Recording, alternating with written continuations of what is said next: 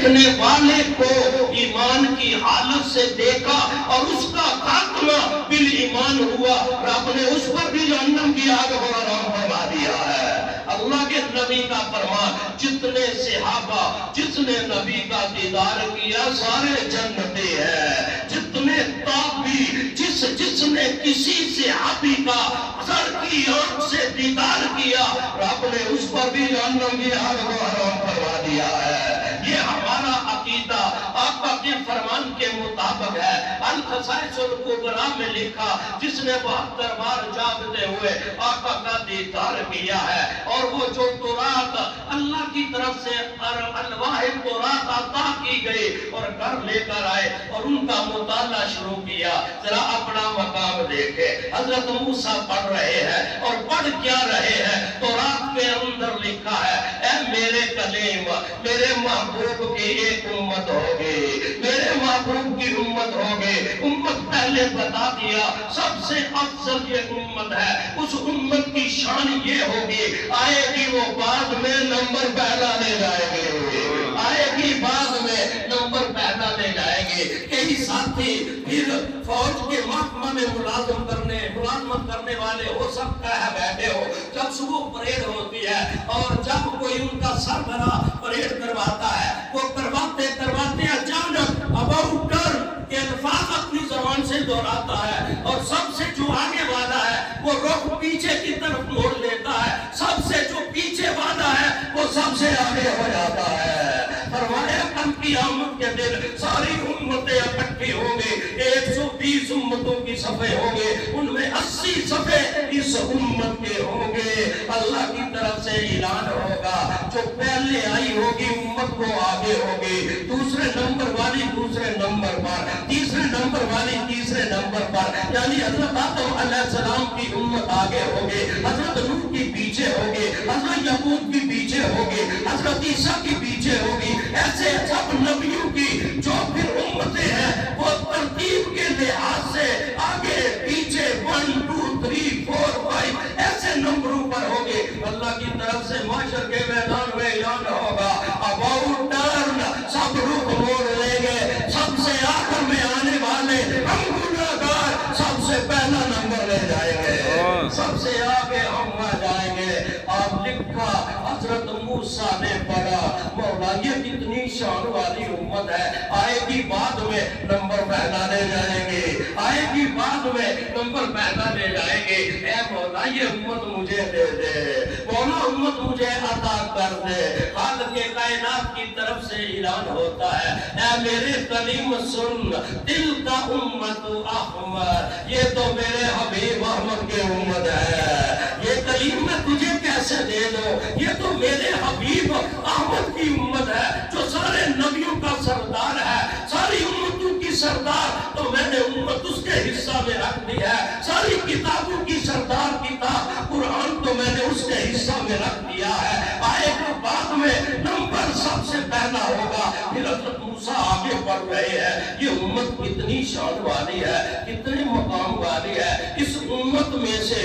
تو اللہ کے بندے کسی بندے کے حق میں اس کا ایماندار ہونا، اس کا تقوی والا ہونا، اس کی گواہی دے دیں گے، رب تعالیٰ ان دو کی گواہی کو قبول فرما کر اس مرنے والے کو بخشش کا پروانہ عطا فرما دے گا۔